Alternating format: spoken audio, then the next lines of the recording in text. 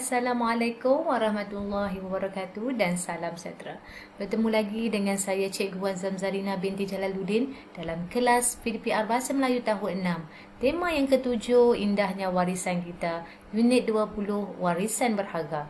Tajuk yang ingin kita pelajari pada hari ini, tetamu dari planet Zefira dalam standard pembelajaran 4.3.1.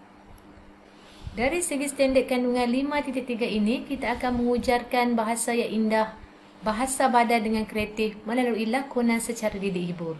Dari segi standard pembelajaran 4.3.1, kita akan mengujarkan dialog dengan sebutan dan intonasi yang betul dan jelas, bahasa yang indah serta bahasa badan yang kreatif melalui lakonan. Dari segi objektif pembelajaran, pada akhir pengajaran dan pembelajaran, murid dapat mengujar 9 dialog dan melakonkannya dengan sebutan dan intonasi yang betul secara individu. Dari segi kriteria kejayaan, murid dapat mengujar sekurang-kurangnya 7 daripada 9 dialog dan melakukannya dengan sebutan dan intonasi yang betul secara individu.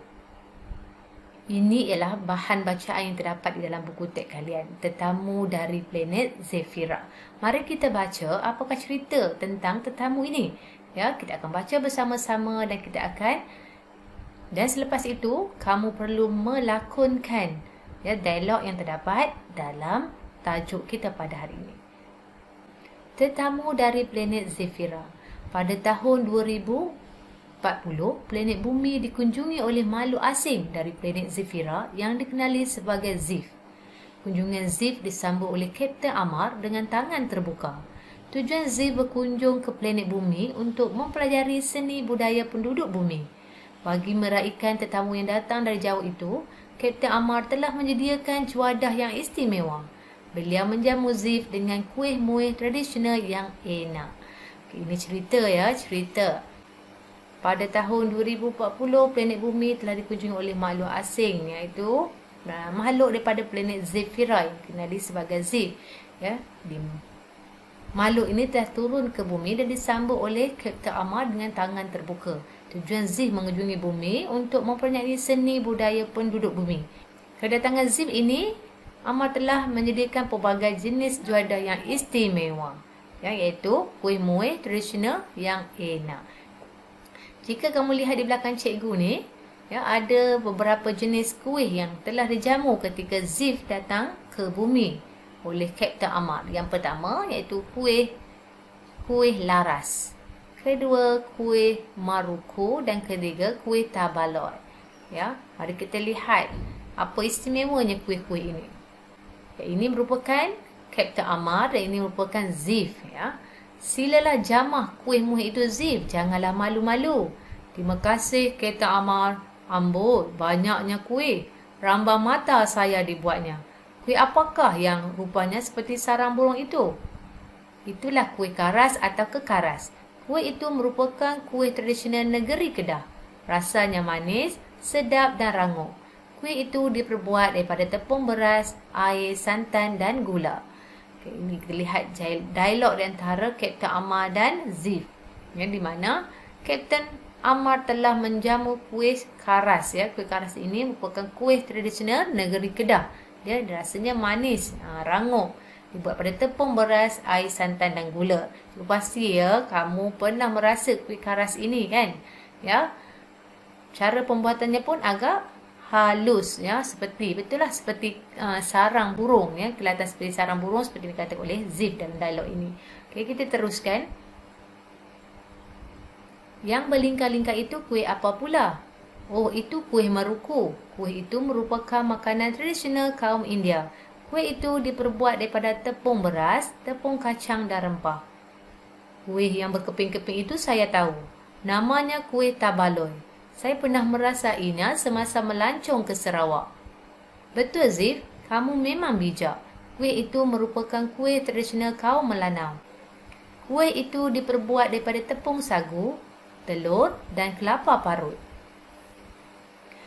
Kuih yang kedua yang telah dijamu oleh Kapten Amar kepada Zif ialah maruku. Maruku merupakan makanan tradisional kaum India yang diperbuat pada tepung beras, tepung kacang dan rempah. Yang ketiga, kuih tabalot, iaitu merupakan kuih yang terdapat di Sarawak dan merupakan kuih tradisional kaum Melanau. Ia dibuat daripada tepung sagu, telur dan kelapa parut. Inilah makanan-makanan kuih tradisional yang telah dijamu kepada Zif yang datang ke planet bumi. Zif dan Kereta Ahmad terus berbual-bual sambil menjamu selera. Zif makan dengan berselera sekali sehingga dia tersandar kekenyangan. Gendang gendut tali kecapi, kenyang perut suka hati. Pantun dua kerat ini saya tujukan khas kepada kamu. Wah, indah sungguh bahasa kamu. Kami di planet Zefira juga pandai berpantun. Dengarlah pantun saya ini. Burung kenari terbang di angkasa, orang memberi kita merasa. Okay, di akhirnya, mereka berdua telah mengucapkan ataupun mengucapkan pantun mereka masing-masing. Ya. Kerana apabila melihat Zif yang berselera sangat makan makanan tradisional sehingga ia tersandar kekenyangan. Ya, ini di sini cerita dialog di antara Kereta Ahmad dan juga Zif yang merupakan makhluk daripada planet lain yang ingin mengkaji ataupun mengetahui tentang cara hidup masyarakat bumi.